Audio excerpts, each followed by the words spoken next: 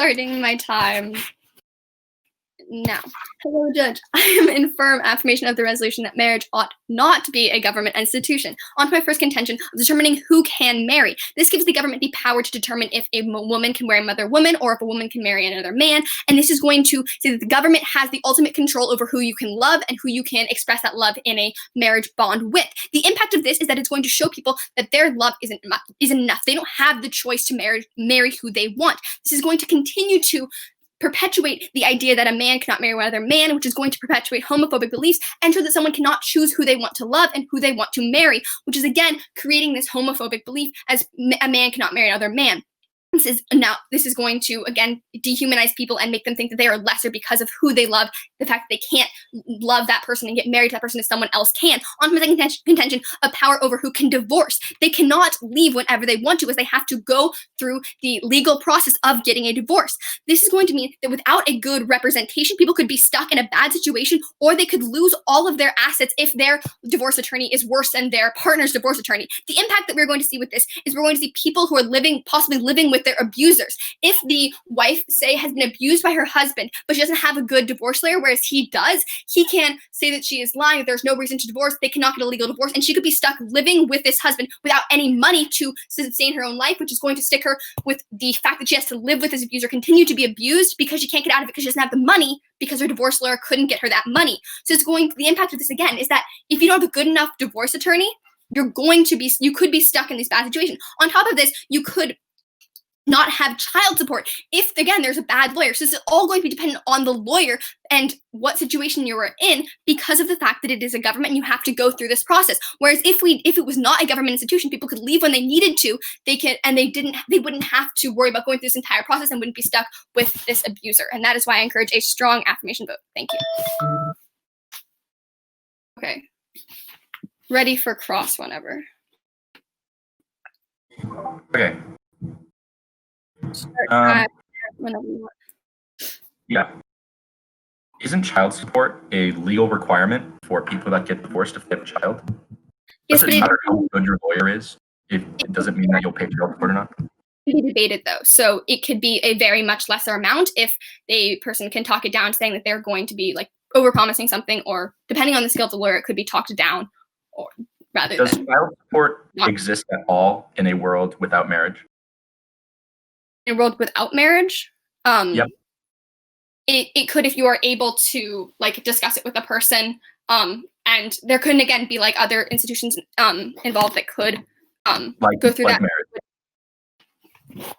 Like making it codified into law, like marriage. Can you have those discussions also before getting married? Isn't that a big commitment? So you would want to have those same discussions beforehand? Sometimes you don't know who you are going to be marrying though. And so there is the chance that you won't you could be talking to someone who could change. You suddenly just wake up married. You don't know who you're going to be marrying. Yeah, if you have the case of arranged marriage. Okay. Yeah. That's a whole separate issue, but we'll talk about it, I'm sure. Okay. Cool. I just have two contentions. My first point is that marriage being enshrined is good economically. First thing, though, is it's good for just the general economy.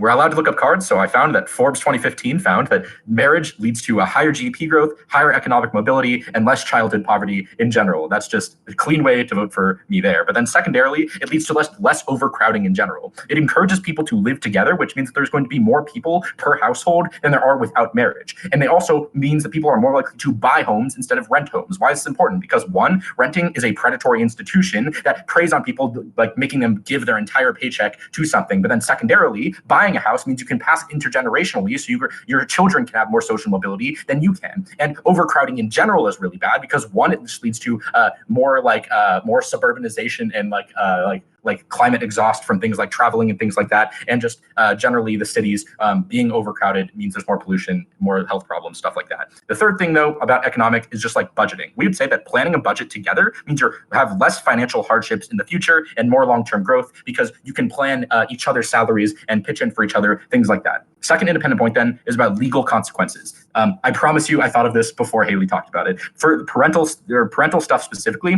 if it's not decided before, custody issues can become huge huge problems. If there are things like legal battles or things like this, there's going to be no legal basis for where the child goes, how much time the child spends with other people, and also this means that the fathers and patriarchal figures and things like that are more likely to win more time, even if they don't actually deserve it, or if they're abusive or things like that, because there's just general patriarchal society and general dysfunction in the system. But also on the thing about child support payments in general, I asked these questions in cross because it's so ridiculous to think that if people were going to talk about it beforehand about child support, then they would have already done so before getting married. At the point where marriage is an even bigger step than getting into a relationship in general, you're definitely going to talk about these things, and you can literally just get a prenuptial before you end up doing these things, and it's codified into law. So no matter how good of a lawyer you have, you will always be able to get child support, which means women are always better off and children are always going to be better off under marriage. Very proud to oppose. Okay, are you ready for cross?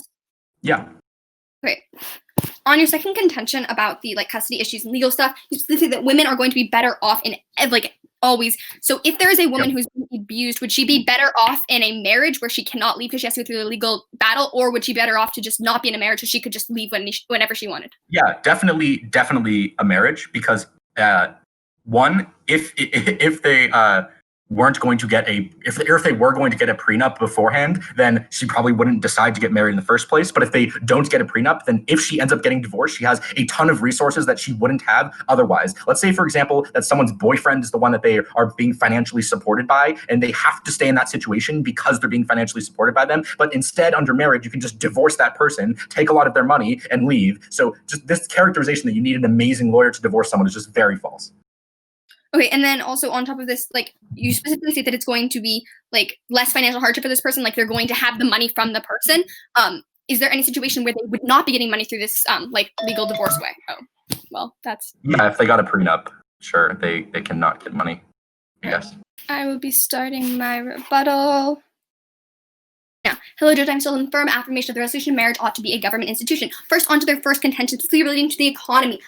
In their second point, they say it encouraged living with people, which is going to be allowing for paying rent. Again, people can live together without the institution of marriage. In fact, the more people will be living together, if they're not married, then they're going to be in larger groups, as we can see with college students all living together in groups of 5 or 6 people. If they're married, they're typically going to be living together in a 2-person household, whereas not being married would allow for a larger household, and which in fact encourages. So this is actually going to be flowing to me on my side, so we can turn this point of people being living together and allowing for better paying of rent, because it is going to encourage more people in bigger groups, whereas it'll be more honed together in a marriage. And then on to their third point in this, which is budgeting, which is going to be less financial hardship because they're going to be able to budget together and work together, which is, again, if you're going to be working with others, you can again budget without them, and you won't have the reliance into just 2 people. You can have 3 people all living together, and it could be a loving relationship with 3 people, not limited to 2 people that a legal marriage in the United States would specify it has to be 2 people. It could be 3 or 4 people all loving each other and married and living together. On to the second contention of specifically relating to kids and custody issues, legal stuff. You still have to go through all this legal stuff. This legal stuff, while it can allow for child support, it can allow for you to get money from them, it is going to be a long and arduous process, which, again, they make it seem like it's this beautiful, cheery thing where it's just immediately you get this money, but this is not true. It is a large portion. It is related to a judge. The judge has to decide, and a lot of the time, if you have this patriarchal system, they're going to be siding with the man, especially if they have a better lawyer. It is in legal issues, is always on to the better lawyer, so they might not get everything they need, and it's going to be a long process, and during that long process, they might still be living with their abuser. And this is going to be detrimental. They can't just immediately get out because they have to go through this legal battle in order to have this legal divorce. They can't get remarried unless they go through this divorce. A lot of the time, this divorces can last for 3 years and they cannot get remarried. So this legal stuff is actually going to be detrimental, which is going to lead into my second contention again of them not being able to get out, not being able to have another loving relationship because they're stuck in this one. They're stuck in this long legal battle. They said these custody battles can last for a long time. Again, if these custody battles are lasting for 3 years, there's 3 years they can't remarry and can't get a better life. Thank you. Okay. Order is going to be my case and then Hayley's case.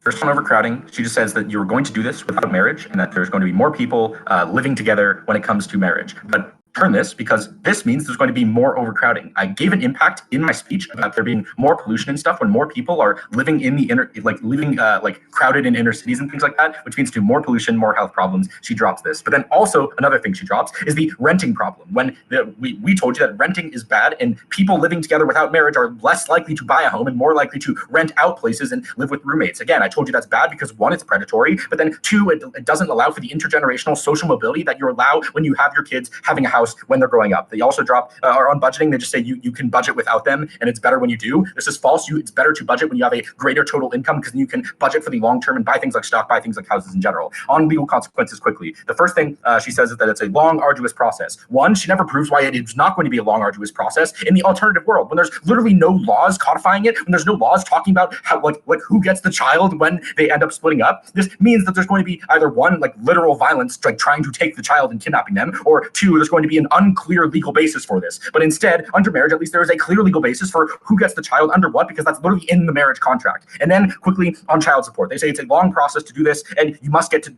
divorce to do this or whatever. First, on long process, again, the alternative is much longer. But then secondarily, I contest what she's saying about you need the best, whoever has the best lawyer is always going to win. This is just false because child support in general is just codified into the law. It is just literally in marriage contracts that when you have a child, you have to pay child support. Even if that's literally $10 a month, that is still more than you would ever going to get if you aren't married. That means that even in the best case world for her, where it's a very small amount and it takes forever, that's still more money than the woman would have been getting for her child in general if they just like had to live in an abusive system in general. Then quickly on her side, the second point I already talked about. The first point is literally no impact. She doesn't give an impact to it. She can't end up pulling it up in the last speech. The other one is very like cross-referenced throughout my speech. Very proud to oppose. Okay. Starting my summary now. Legit, I'm still firm affirmation of the resolution marriage ought not to be a government institution. First, onto my first contention, they said that I have provided no impact, and I specifically stated that my impact was the fact that people are not going to be thinking that their love matters, that their love won't matter, because they will be told they can't marry a certain person, and that their love matters less than someone else's love. Specifically, I referenced this in my second speech, talking about like people being able to be in a loving relationship with 3 or 4 people, as this is not recognized in the government institution of marriage being a man and a woman. This is going to, again, dehumanize people and make their love not matter, which is going to be definitely a contention that an impact that we need to consider. On top of this, the second contention of this going to mean that all these responses to my second contention is that people are not going to get money and child support through this process. But again, they're completely avoiding the main impacts of this, which is that it is an immediate thing. They need to get out of that relationship. They need to be away of this because it is a process. They have conceded the fact that it is a long and arduous process to get through this because of the child support. They specifically said that child support it can be a long custody battle. So this is going to be a long process, meaning that they cannot get married. They cannot move on with their life without this. So a vote for the okay. Thank you. Yeah, okay. Quickly on their first point, they added new warrants. I'm going to give new responses. First thing, gay marriage is already legal in the U.S. Second, if people want to get married to multiple people, they can still have relationships with the people. It doesn't need to be codified in the law. They never told us why this specifically needs to be codified in the law. Third response, it has any pragmatic benefits whatsoever on social mobility, getting women better lives in general. This is going to be outweighed. So let's talk quickly about women. They said they need to get out of this relationship as quickly as possible, and they won't be able to do this if it's a long process. Remember, I told you the response that literally loses them the round is if you have a rich boyfriend that you are relying on for financial support. If you're not married to them, if marriage doesn't exist, there's no way for you to ever escape that if you rely on them for financial support. But at least on our side, you have a risk if you are married to that person to get divorced and to get the money from them. That means that in their side, you're always going to have these abusive relationships lasting literally forever if they cannot ever escape because they rely on them for financial support and they can never get that money. But on our side, at least they have a chance to escape because at least it is codified in the law. You do get money from them when you divorce them. Quickly on social mobility, because this is another place you can just quickly pick us up. I told you one, Forbes says that just like marriage leads to higher social mobility, but also when you buy houses instead of renting them, it allows for more social mobility for your children, allows for greater economic growth, allows them to have a better life in general. For these reasons, we're very proud to not regret marriage.